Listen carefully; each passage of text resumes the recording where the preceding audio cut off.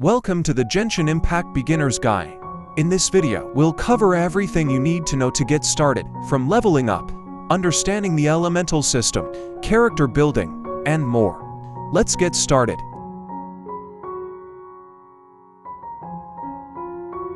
First, let's talk about Aether and Lumine, the twin travelers.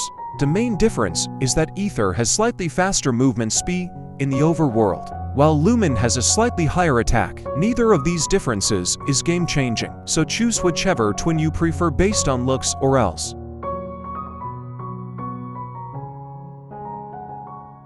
Adventure rank, or AR, is your overall progress in the game, and it determines when you can unlock content like Archon quests and new regions. To increase AR quickly, unlock statues of the 7.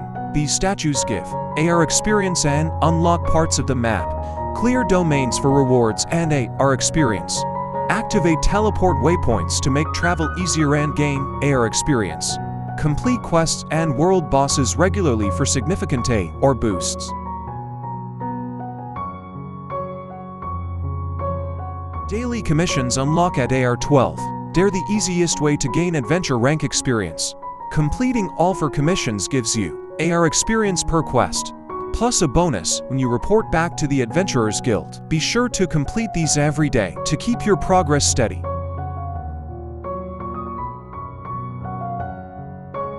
Reputation quests unlock at AR 25 in each region. These quests help you earn useful items like NRE, which allows you to quickly heal or revive during combat, condensed resin, which doubles your rewards in domains and ley lines, making farming more efficient. Other items, like the treasure compass and wine catcher, help with exploration and make the game more fun.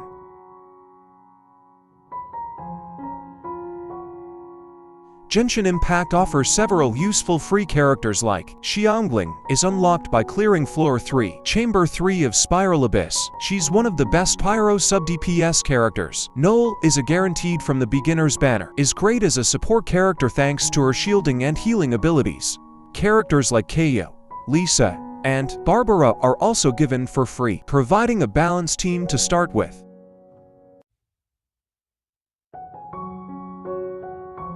Dragonspine can be tricky because of the sheer cold mechanic. The best ways to explore are: unlock teleport waypoints and statues to avoid sheer cold.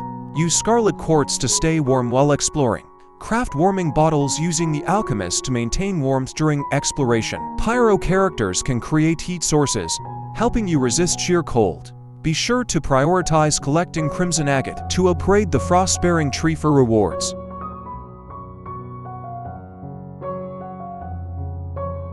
Building characters, it's important to focus on the stats they scale with. For example, attack percent for DPS characters like Razor or Diluc. Elemental mastery for characters like Kazuha, who rely on reactions. Energy recharge for characters like Bennett or Raiden Shogun to spam their elemental bursts. HP or defense for tanks and shielders like Nola and Zhongli, or someone like Nuvilet who has his damage scales on HP. Choose weapons and artifacts based on the character's main scaling stats to maximize their potential.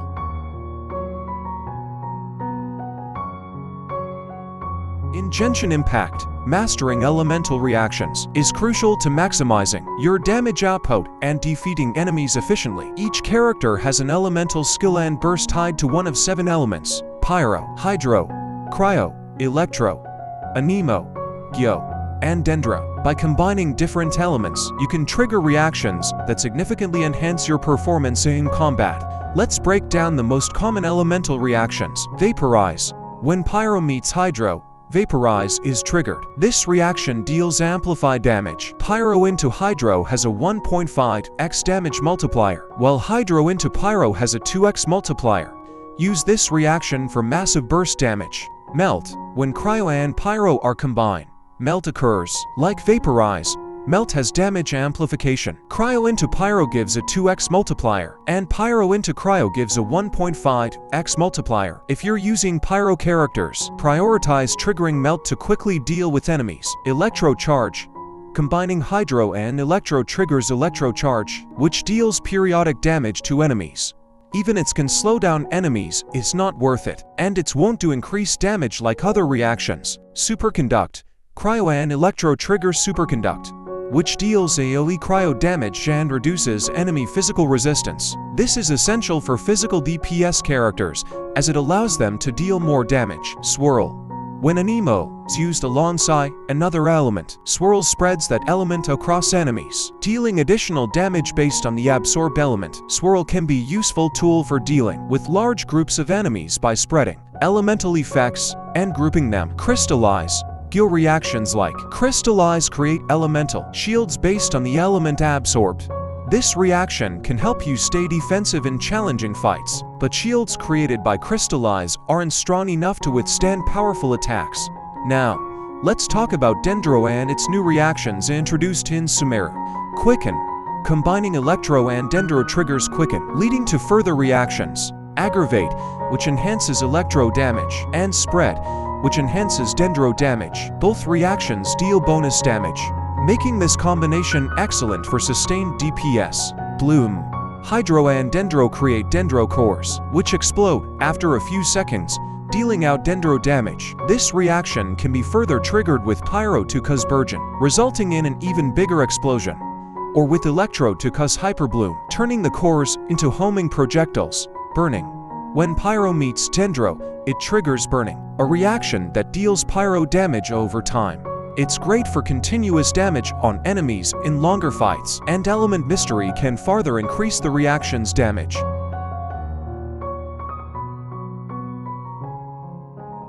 At AR16, you unlock co-op mode. You can team up with friends or random players to complete domains, explore, or take on bosses. Each player uses two characters, so team synergy is important. Remember, resin usage is individual, so each player will need to spend their own resin for rewards.